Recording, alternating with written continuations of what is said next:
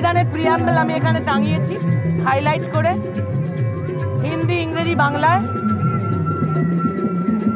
সার্বভৌম মানে সভারেন, সমাজতান্ত্রিক মানে সোশ্যালিস্ট, ধর্মনিরপেক্ষ মানে সেকুলার, গণতান্ত্রিক মানে ডেমোক্রেটিক, সাধারণতন্ত্র মানে রিপাবলিক। এই যে অ্যানাউন্সমেন্ট আমাদের 1950-এর 26শে জানুয়ারি, এটা 75তম দিবস আমাদের গেল সবে সংবিধান প্রকাশের।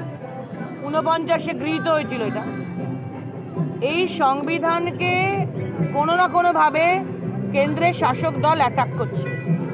প্রথমত বাবরি মসজিদ ভেঙে রাম মন্দির, এটা আমরা সমর্থন করি না। যদি কেউ কোনো কালে, উই ডোন্ট নো, কোনো এভিডেন্স নেই, তবু যদি কেউ কোনো কালে কোনো মন্দির ভেঙে মসজিদ করে থাকে, তার জন্য আবার মসজিদ ভেঙে মন্দিরটা জাস্টিফাইড হয় না। তাহলে মোদির রাম মন্দির ছাড়া একটা কাজ দেখান যে মানুষের জন্য করবে বলে কথা দিয়েছে, 10 বছরে করেছে। সব জিরো, বিগ জিরো, কিন্তু মিডিয়া প্রচার করে না। সব মিডিয়াকে টাকা দিয়ে কিনে রেখেছে, সবার হাঁটু কাঁপছে। যখন 42টা কেন্দ্রে ওনাদের 42টা মন্ত্রী এখানে এসে চেঁচামেচি করছে, 3 মাস কেন্দ্রের রাজ্যপাট তাকে তুলে দিয়ে, স্বরাষ্ট্রমন্ত্রী, প্রধানমন্ত্রী 56 ইঞ্চি 86 ইঞ্চিরা যখন এখানে ডেইলি প্যাসেঞ্জারি করছেন, আপ কি বার 200 পারে গগন বিদারি আওয়াজ চলছে। We the people of Bengal told the last word.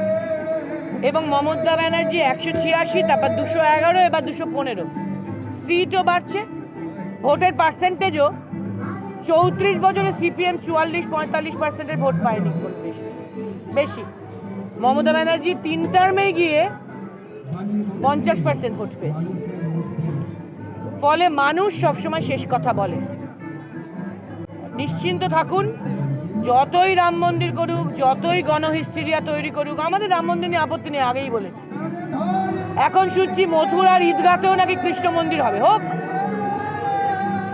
1000টা মন্দির করুক, কিন্তু দেশের লোককে যে খেতে দিতে পারছে না, 70% লোক যে আজও দারিদ্র সীমার নিচে, 45 বছরে সর্বশ্রেষ্ঠ বেকার যে আজও, যা যা কথা দিয়েছেন 10 বছরে একটাও রাখতে পারেননি, অর্থনৈতিকভাবে বিপর্যস্ত, বেকারে 1 নম্বরে, জিডিপিতে সবার শেষে, এর জবাব মোদিবাবু কিভাবে দেবেন?